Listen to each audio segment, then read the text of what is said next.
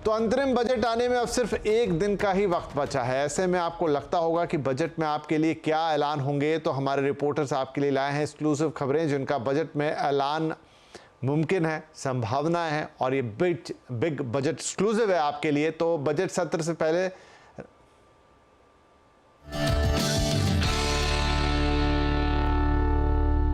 जी, तो मैं कह रहा था कि बजट सत्र से पहले राज्यसभा से सस्पेंड किए गए 11 सांसदों को निलंबन अब खत्म कर दिया गया है।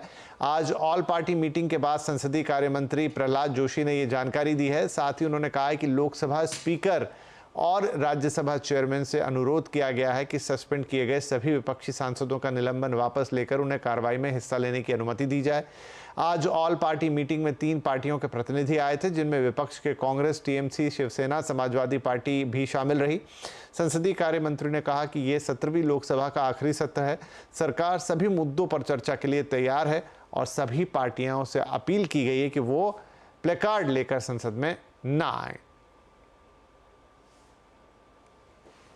तो सस्पेंशन इसीलिए हुआ था कि ये लोग जो अपोजिशन के पार्टी का है, इन्होंने despite the decision, unanimous decision in front of speaker and chairman, they came with the placards and they disturb the house. हमने ये रिक्वेस्ट किया है, ऐसा नहीं होना चाहिए। इस टर्म का अंतिम सत्र है, हम सब मिलकर अच्छा चर्चा करेंगे, ये हमने निवेदन किया है। तो इस अंतरिम बजट में सरकार मिडिल क्लास का खास ध्यान रख सकती है। सूत्रों के मुताबिक अंतरिम बजट में इनकम टैक्स में नई व्यवस्था में टैक्स पेयर्स को स्टैंडर्ड डिडक्शन में बढ़ोतरी का तोहफा मिल सकता है। कैसे, बताने के लिए हमारे साथ है हमारे संवाददाता आलोक प्रियदर्शी। तो आलोक, अगर ऐसा होता है तो ये तो बड़ी राहत की बात होगी। जी हाँ, देखिए, नौकरी पेशा यानी सैलरीड क्लास को अंतरिम बजट में इनकम टैक्स के मोर्चे पर मिल सकता है तोहफा। सीएनबीसी आवाज को मिली सूत्रों से जानकारी के मुताबिक स्टैंडर्ड डिडक्शन की कटौती में सरकार बढ़ोतरी का ऐलान कर सकती है। अभी जो न्यू टैक्स रिजीम है या ओल्ड टैक्स रिजीम, दोनों में 50 रुपए तक की कटौती स्टैंडर्ड डिडक्शन के तहत होती है। लेकिन जो हमें सूत्रों से जानकारी मिल रही है कि न्यू टैक्स रिजीम को सरकार बढ़ावा देने के लिए इसमें स्टैंडर्ड डिडक्शन की कटौती को बढ़ा सकती है। इसे बढ़ाकर 75,000 से 1 लाख रुपए तक किया जा सकता है। इसके अलावा भी कुछ और छूट न्यू टैक्स रिजीम के तहत संभव है, जिसमें न्यू पेंशन सिस्टम के तहत निवेश करने वालों को न्यू टैक्स सिस्टम में छूट मिल सकती है। एनपीएस में निवेश करने पर अभी तक 2 लाख रुपए तक की अधिकतम छूट मिलती है, जिसमें एटीसी के तहत 1.5 लाख और एटीसीसीआईबी के तहत एडिशनल 50,000 रुपए की छूट ओल्ड टैक्स रिजीम में मिलती है।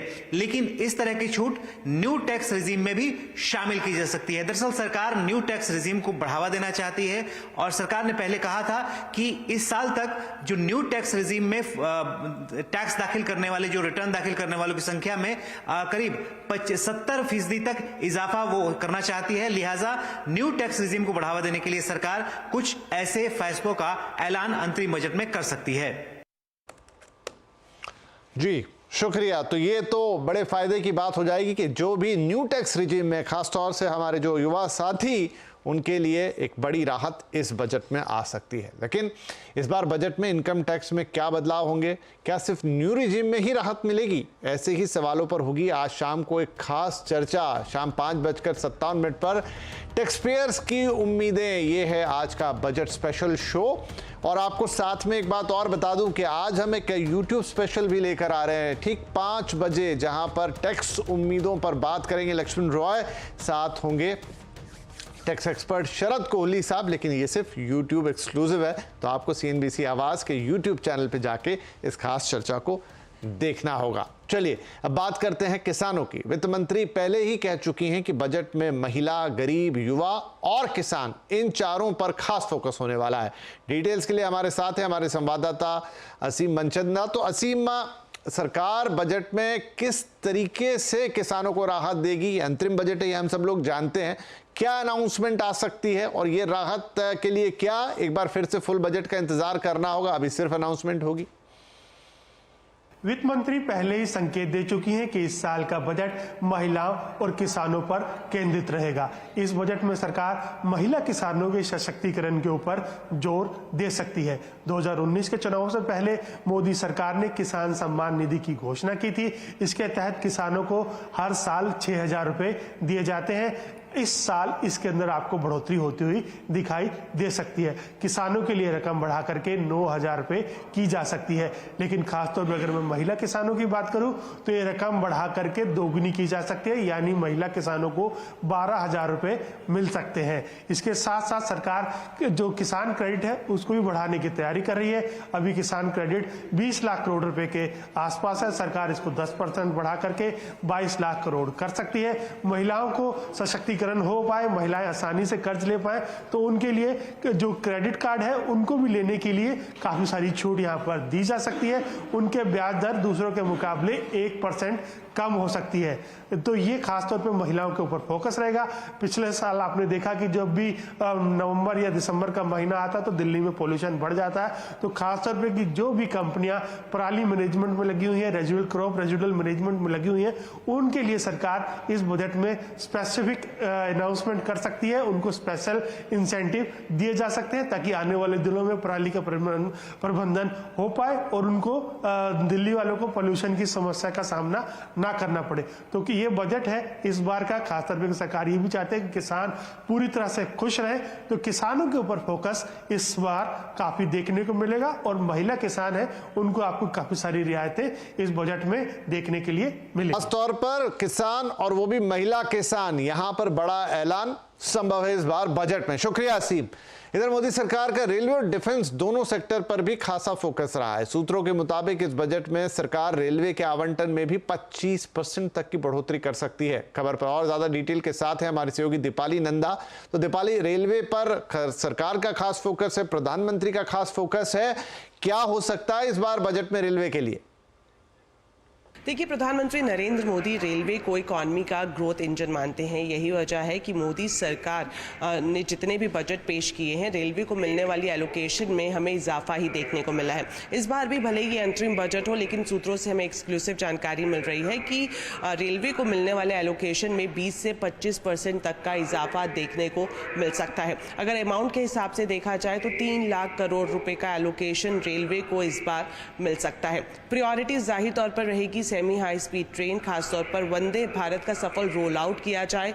रेलवे की तरफ से टारगेट रखा गया है कि अगले 3 साल में 400 वंदे भारत रोल आउट की जाएंगी। इसके अलावा अमृत भारत ट्रेनों की बात की जाए तो इनकी संख्या बढ़ाने पर भी जोर दिया जा सकता है। साथ ही साथ इंफ्रास्ट्रक्चर के हिसाब से इलेक्ट्रिफिकेशन के काम पर वित्त मंत्री की प्राथमिकता दिखाई दे सकती है और साथ ही साथ कैपेसिटी ऑग्यूमेंटेशन के लिए जो ट्रैक्स का दोहरीकरण है उसके काम में तेजी लाई जाए, इसके लिए भी आवंटन बढ़ाया जा सकता है। सोर्सेस के मुताबिक इस तरह के जो इंपॉर्टेंट प्रोजेक्ट है इसके लिए 50,000 करोड़ रुपए के से ज़्यादा की राशि एलोकेट वित्त मंत्री कर सकती है। इसके अलावा अगर हम यात्री सुविधाओं की बात करें तो यात्री सुविधाओं के हिसाब से खान पान को किस तरह से बेहतर किया जाए, जो ऑन बोर्ड सेवाएं हैं उन्हें किस तरह से नेक्स्ट लेवल तक लेकर जाया जाए, इस पर भी वित्त मंत्री का फोकस देखने को मिल सकता है। इसके अलावा सेफ्टी हमेशा से ही एक बड़ा चैलेंज रहा है रेलवे के लिए। इसी के मद्देनजर एक सेफ्टी फंड भी बनाया गया था।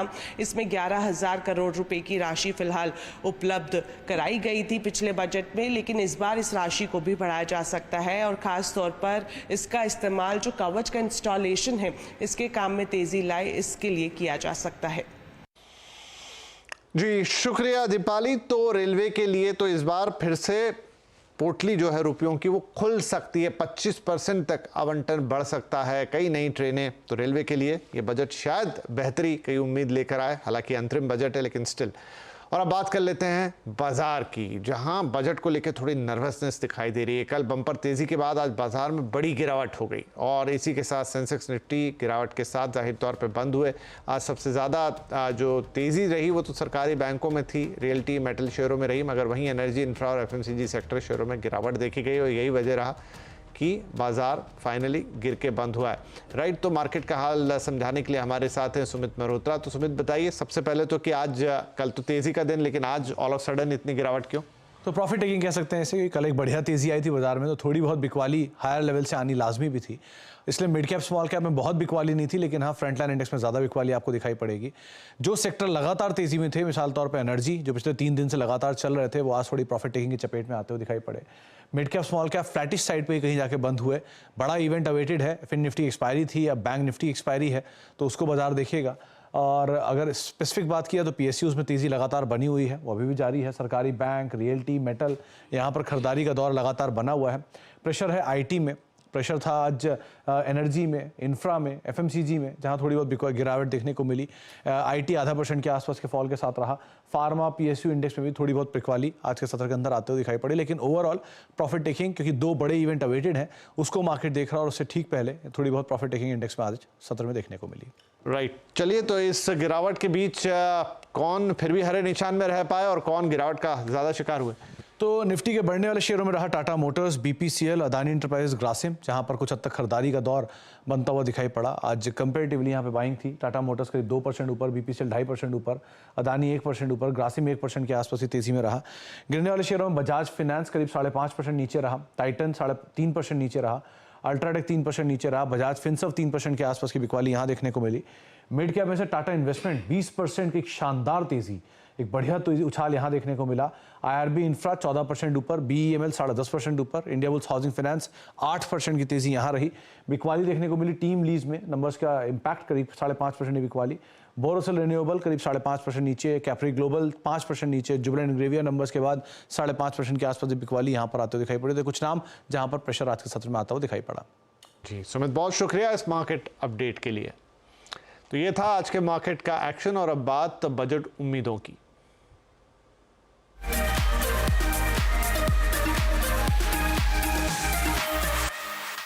मैरिको के सीएफओ पवन अग्रवाल का कहना है कि सरकार के पिछले कई बजट बैलेंस रहे हैं। उम्मीद है कि इस बार भी ग्रोथ ओरिएंटेड बजट का ट्रेंड बरकरार रहेगा। नहीं, आपने सही कहा, this is interim budget, but still if you look at last 2-3 budget अगर हम देखें तो सरकार ने काफी well balanced, growth oriented and with a focus on inclusive development approach रहा है गवर्नमेंट का। तो आई थिंक ये ट्रेंड बरकरार रहना चाहिए। इसके अलावा अगर आप देखो तो मुझे ऐसा लगता है कि government has been focusing on capex and infrastructure spending, और उसका एक मल्टीप्लायर इफेक्ट होता है इकोनॉमी पे, बिकॉज इंफ्रास्ट्रक्चर स्पेंडिंग करते हैं उससे जॉब क्रिएशन होती है, जॉब क्रिएशन का एक इम्पैक्ट कंजम्पशन पे देखने को मिलता है। तो मुझे लगता है कि government should continue to focus on infrastructure spending. इसके अलावा मेरी आशा ये रहेगी कि मतलब we should also focus on ease of doing business, simplification of tax structures, and इसके अलावा government should focus on acceleration of job creation both urban and rural, because that will aid the consumption sentiment. सालाना 3 लाख करोड़ का turnover करने वाले textile क्षेत्र की वित्त मंत्री से क्या अपेक्षाएं हैं? गुजरात का इस क्षेत्र में 55% से ज्यादा योगदान है। कृषि के बाद सबसे ज्यादा रोजगार देने वाले कपड़ा कारोबारियों के मन की बात जानने की कोशिश की हमारे संवाददाता केतन जोशी ने। टेक्सटाइल सेक्टर की भी वित्त मंत्री से काफी उम्मीदें हैं। आइए हम जानते हैं जो कैप्टन ऑफ द इंडस्ट्री है। भरत भाई, ये बताइए कि आपकी क्या विश है?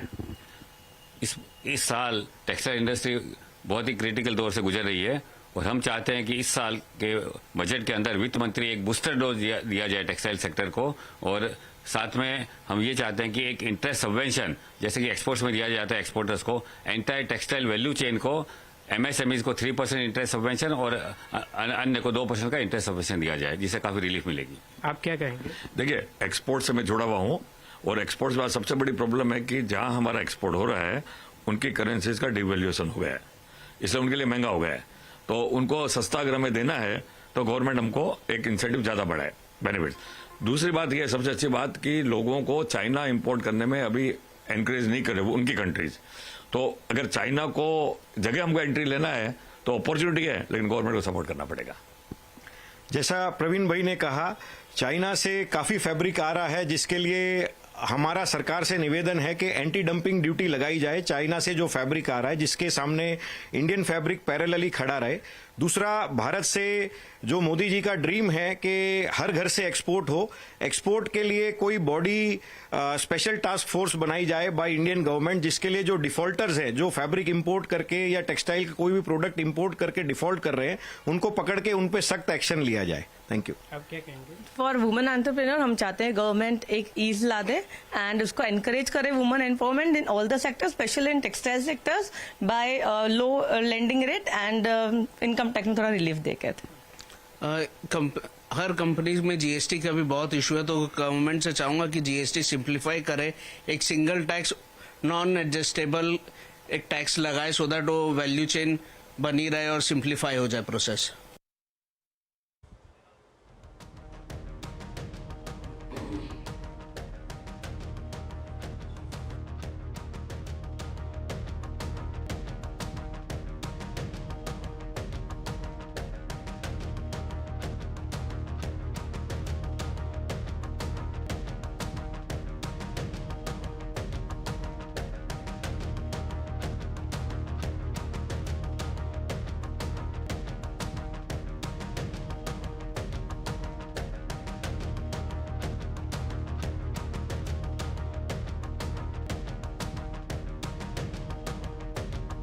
Welcome back. आप देख रहे हैं आवाज समाचार। अब कुछ और खबरें। चंडीगढ़ मेयर चुनाव में बवाल और हंगामे के बीच एक बड़ा उलटफेर करते हुए बीजेपी ने मेयर का चुनाव जीत लिया है। बीजेपी उम्मीदवार मनोज सोनकर को 16 और कांग्रेस आप के साझा उम्मीदवार कुलदीप टीटा को 12 वोट मिले, जबकि 8 वोट रद्द कर दिए गए।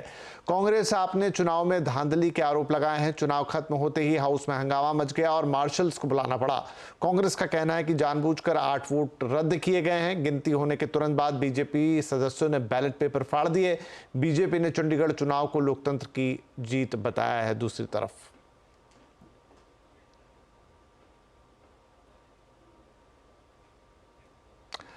आरजेडी सुप्रीमो लालू प्रसाद के बाद अब उनके बेटे तेजस्वी यादव आज ईडी कार्यालय में पहुंचे। लैंड फॉर जॉब्स के मामले में ईडी उनसे पूछताछ कर रही है। ईडी ऑफिस के बाहर तेजस्वी के समर्थकों ने जमकर नारेबाजी की।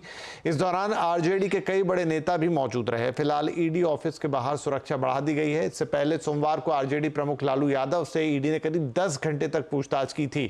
केंद्रीय जांच एजेंसी ने 19 जनवरी को मामले के संबंध में लालू और उनके बेटे तेजस्वी यादव को पूछताछ के लिए नया समन जारी किया था। इधर कई दिनों के बाद आज आखिरकार झारखंड के मुख्यमंत्री हेमंत सोरेन दिखाई दिए। दोपहर करीब 2 बजे के आसपास रांची में अपने आवास के वो बाहर निकले। बताया जा रहा है कि सीएम सोरेन पहले अपने पिता और जेएमएम प्रमुख शिबू सोरेन से मिलने पहुंचे। इसके बाद सोरेन ने अपने विधायकों के साथ बैठक की। बैठक के बाद हेमंत सोरेन रांची के मोरहाबादी मैदान में स्थित बापू वाटिका भी गए। बापू की प्रतिमा पर माल्यार्पण करके उन्होंने श्रद्धांजलि दी। सोरेन ने एक्स पर पोस्ट में लिखा कि बापू के विचार हमें हमेशा प्रेरणा देते रहेंगे। लड़े हैं लड़ेंगे, जीते हैं जीतेंगे। इससे पहले कल पूरे दिन ईडी की टीम उनकी तलाश करती रही थी, लेकिन उनका कोई सुराग नहीं मिला, जबकि उनका चार्टर्ड प्लेन दिल्ली एयरपोर्ट पर ही खड़ा था। इसके बाद ईडी ने उनके आवास से 2 BMW कार और कुछ कैश जब्त कर लिया। विपक्षी गठबंधन इंडिया को एक के बाद एक झटके लग रहे हैं। लोकसभा चुनाव से पहले कहां खड़ा है इंडिया गठबंधन, आज आवाज अड्डा में इसी पर करेंगे बड़ी चर्चा। शाम 7:57 पर जरूर जुड़िएगा हमारे साथ आज का आवाज अड्डा। न्यूयॉर्क के मैडम तुसाद म्यूजियम में योग गुरु बाबा रामदेव की प्रतिमा यानी मोम की प्रतिमा लगाई जाएगी। आज स्वामी रामदेव की मौजूदगी में उनके मोम के पुतले का अनावरण किया गया। इस प्रतिकृति में बाबा रामदेव वृक्षासन वाले पोज में नजर आ रहे हैं। समारोह के लिए ये प्रतिकृति दिल्ली पहुंच चुकी है, जिसके बाद में न्यूयॉर्क भेज दिया जाएगा। बाबा रामदेव भारत के पहले सन्यासी होंगे जिनका मैडम तुसाद न्यूयॉर्क में मोम का पुतला लगाया जाएगा। इससे पहले महात्मा गांधी, प्रधानमंत्री नरेंद्र मोदी, पूर्व प्रधानमंत्री इंदिरा गांधी, बॉलीवुड अभिनेता सलमान खान और शाहरुख खान समेत 12 हस्तियों के पुतले लंदन के तुसाद म्यूजियम में लगाए जा चुके हैं।